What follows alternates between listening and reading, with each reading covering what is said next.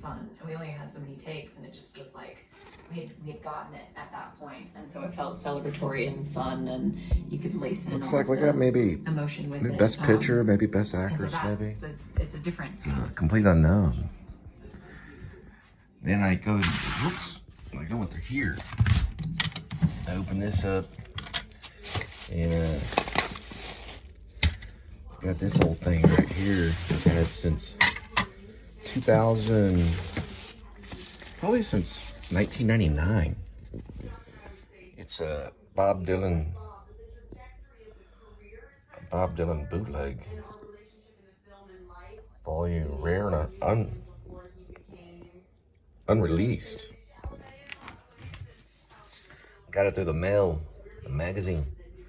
This lady came up to me on the door and sold me a magazine that you could order.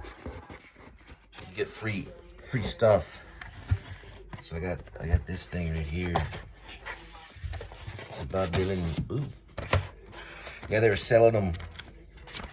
I never really looked at it, but it's got a lot of Bob Dylan stuff. These were, I think, a Time magazine or something. I don't remember if it was Time magazine. It was like a magazine where you could order DVDs, and she asked to use my restroom, and I had to use the plunger after she was selling these little, basically these music magazines, and you could order stuff.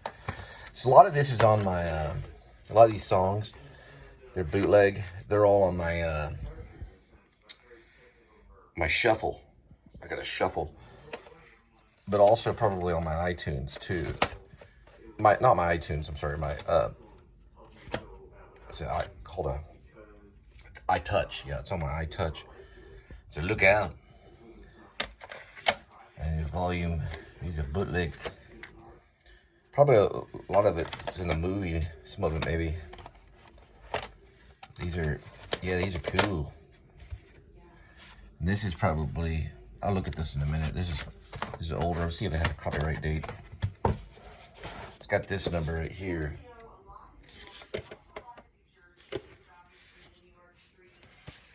There's that. Yeah, here we go. 1991 Sony Music Entertainment. Yeah, I got it probably late 90s, 1999. Here's all the songs.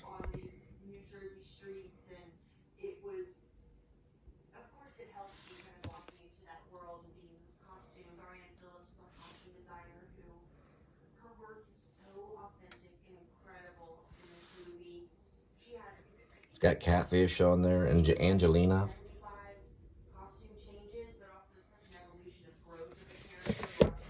Yeah, it's a good one. Gonna part of my collection. Gonna read a little bit about it. It's like a little time capsule, and I liked being there. There's something more Played, romantic. one of Dylan's to it, girlfriends. you know, no cell phones, and I remember seeing her and I Am Sam when I was in New York. Love that. I find this For sweet free. when we're watching an old movie. Yeah, they're giving out free in tickets. A film that's Probably in not too far 60s. from the I remember Chelsea. going to see that Now Voyager, Betty Davis.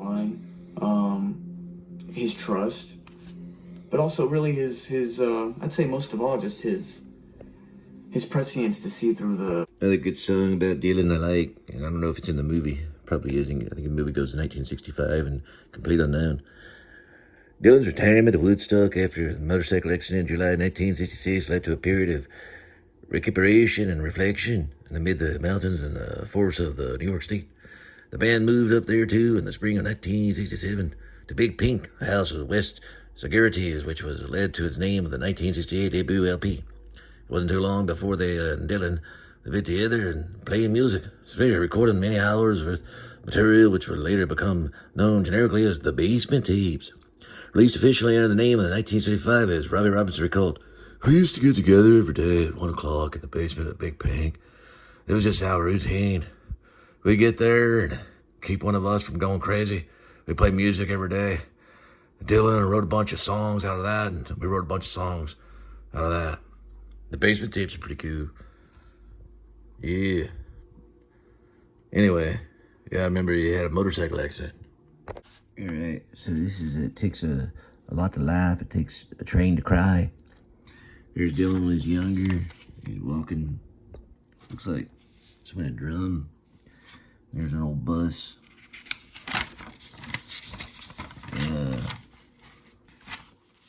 Oops. I'll keep it with mine. She's your lover now. And there's Robbie Robinson from the band. Probably Yvonne Helm is in there somewhere.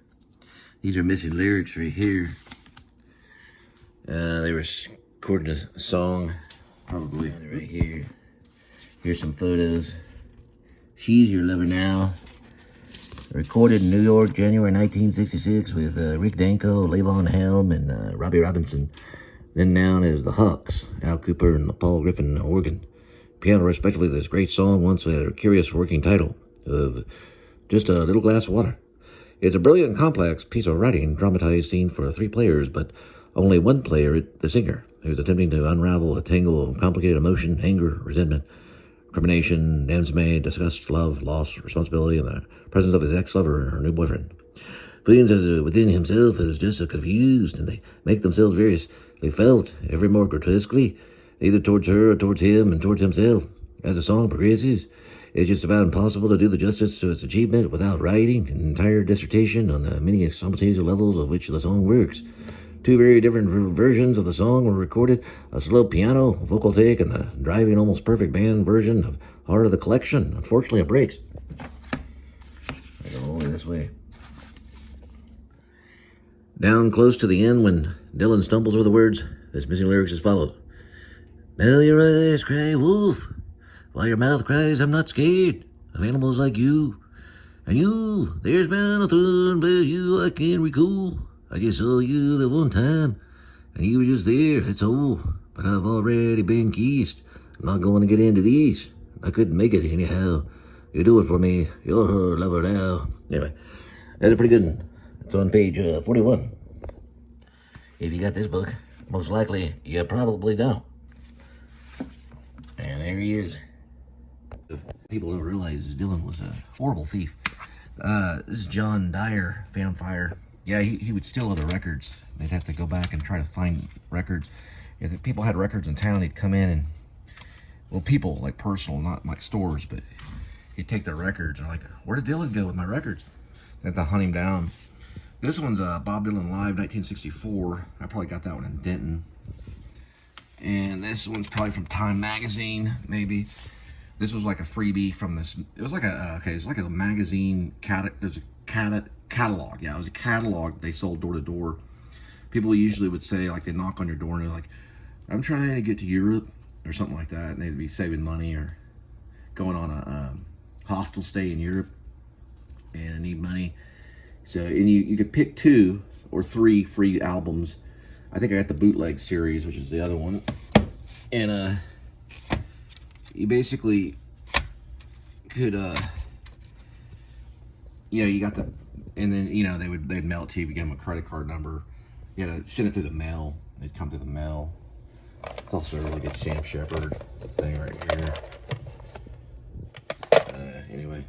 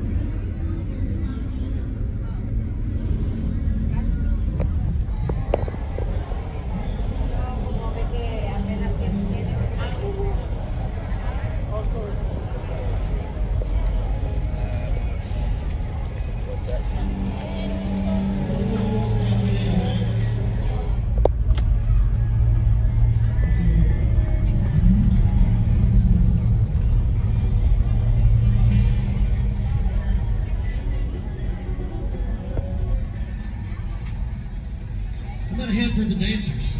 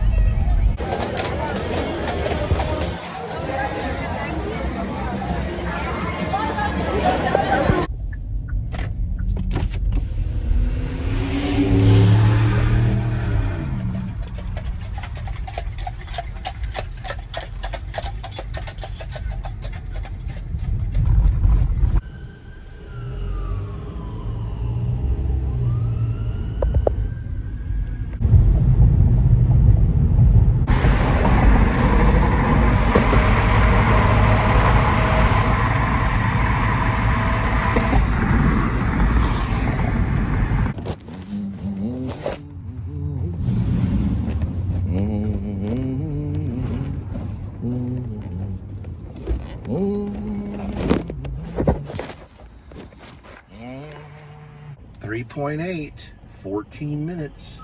We'll arrive at 5:54 p.m.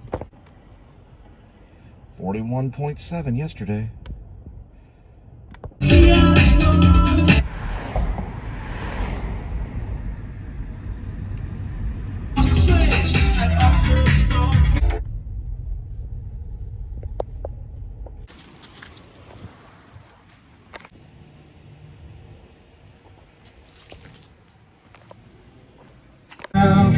All right, 61 degrees Fahrenheit, 7,985 miles on the odometer.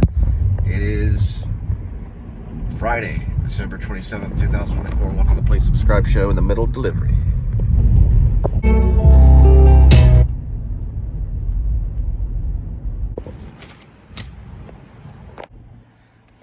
.6 miles. 5.6 miles. We'll arrive at in 12 minutes.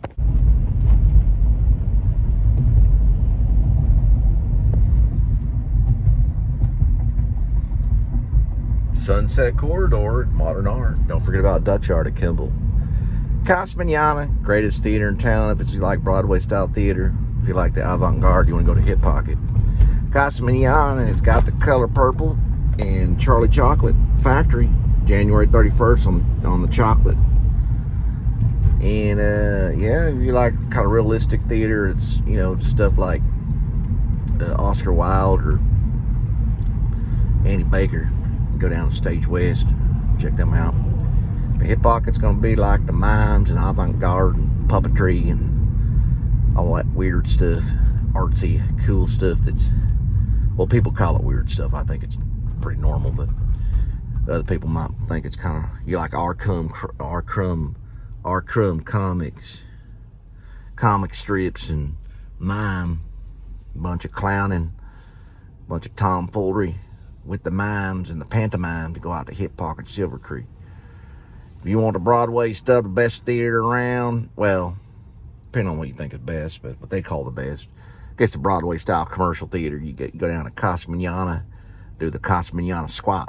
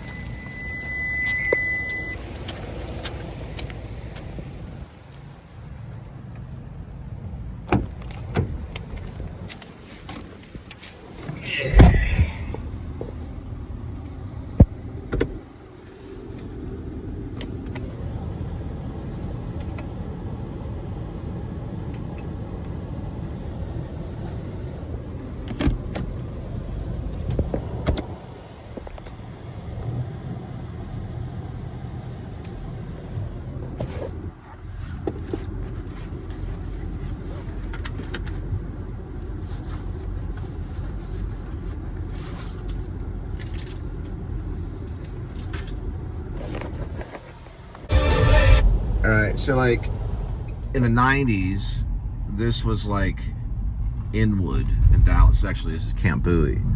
This is all moved pretty much to West 7th, but this was like kind of a hip town. It still kind of is a little bit. They got a gas pipe and the originally still there, but they mostly play like, it's like a church and it's also a music venue. So they do music venues. They've been doing it since probably the late 90s, probably. Now they do sometimes punk shows. We'll go there and stuff.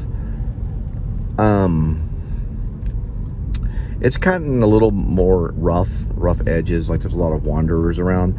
But back in the day, that was where you went to go see a Gus Van Sant movie, or Harvey Keitel's Bad Lieutenant, things like that, or a documentary, Brother's Keeper.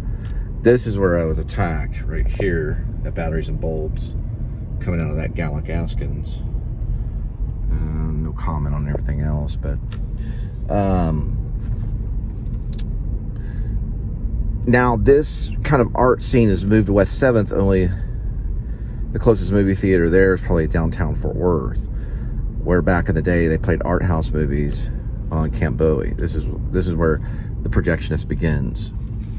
The 1990s, the movie The Projectionist, or the screenplay The Projectionist, that Daniel Lunt and I kind of wrote. I mostly wrote it. Daniel Lunt, I just bounced ideas off Daniel Lunt, and he maybe come up with little texture pieces because he was going to be the actor in it. So I put his name down as I'm the story idea and the screenplay writer, but he was also kind of a co-writer with me on it.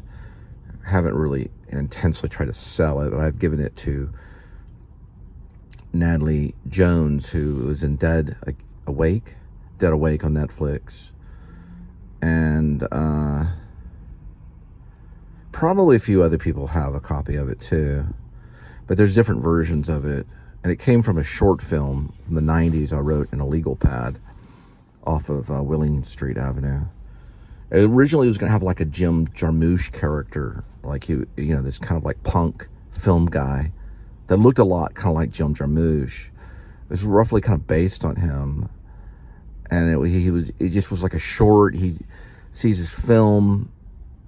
I think in the original he's more of like a film goer, and I think he gets a job as a projectionist so he can watch more movies.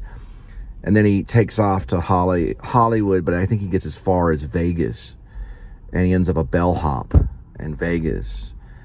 And he does knock on this chick's door in the hotel, and it does hint as kind of like a standoff in the end, and he's looking off on the balcony, kind of Brian De Palma a little bit, and there's a hint that he gets, shot.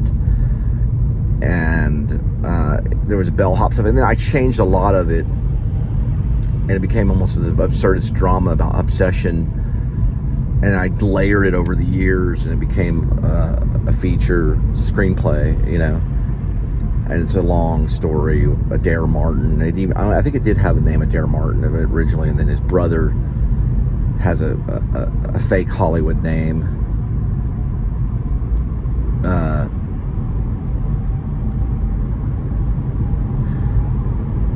He says it in when he says he's doing like he becomes a projectionist, and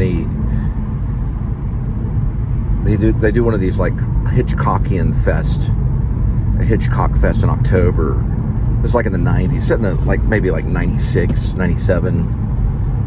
I think it says it in the script, but it starts off with him in handcuffs on Mulholland Drive. And Allie Starlings, plural, which sounds a little like Starlings from Silence of the Lambs, Clarice, but it's actually Allie Starlings is like a made-up name, like an actor's name. He becomes obsessed with this B-film actress and gets in trouble hiding in her bushes. He gets arrested by LAPD, and then I guess, yeah, and then he gets cuffed and sees a judge, and the judge tells him, but it goes back. So it goes back to him being a projectionist, and he calls his mom and wants to go to Hollywood to be like his brother, Aiden. Yeah, Aiden Harris is his brother's name, and he ends up he gets stopped by a state trooper on the way to Hollywood, in Vegas area, and the state trooper's having like a breakdown and throws away like his gun and his badge and his cuffs. So he picks up the cuffs, but I made the cuffs invisible, so you can't really see the cuffs.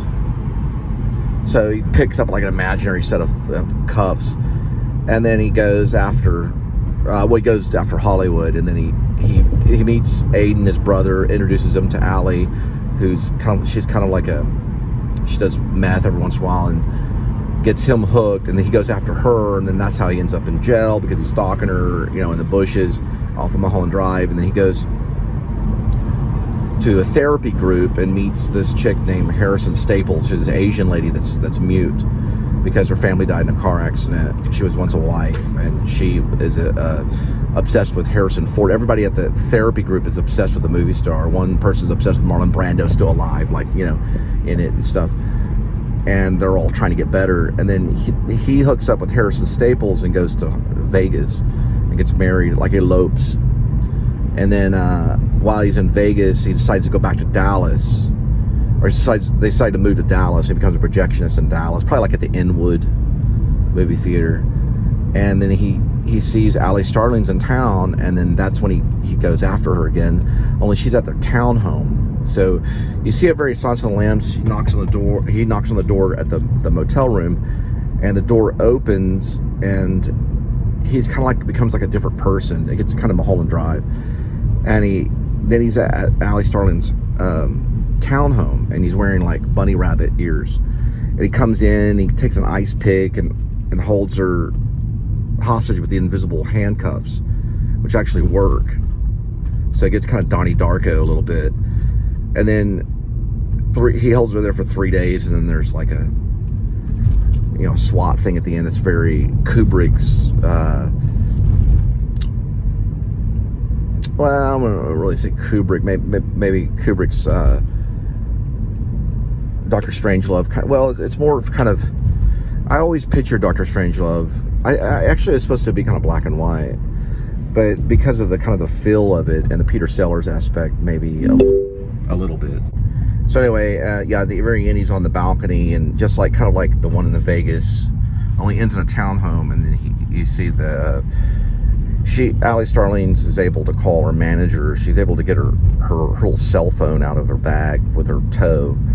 It's like this scene where she's stretching her leg and going through her bag with her feet, and she gets it with her toe, and then she calls the manager. I guess presses like a hotkey button on the cell phone. They used to have them back then. You could hit a hotkey and it would call a certain number, and then the manager finds out where she's at, and then that's how it's like turns into like a SWAT situation. And then so then he gets it through a diamond, like a diamond in the bullet in the head kind of thing, and it's got a cool soundtrack too.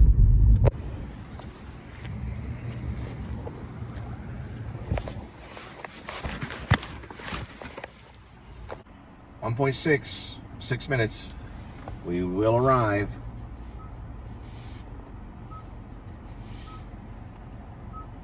Say 56.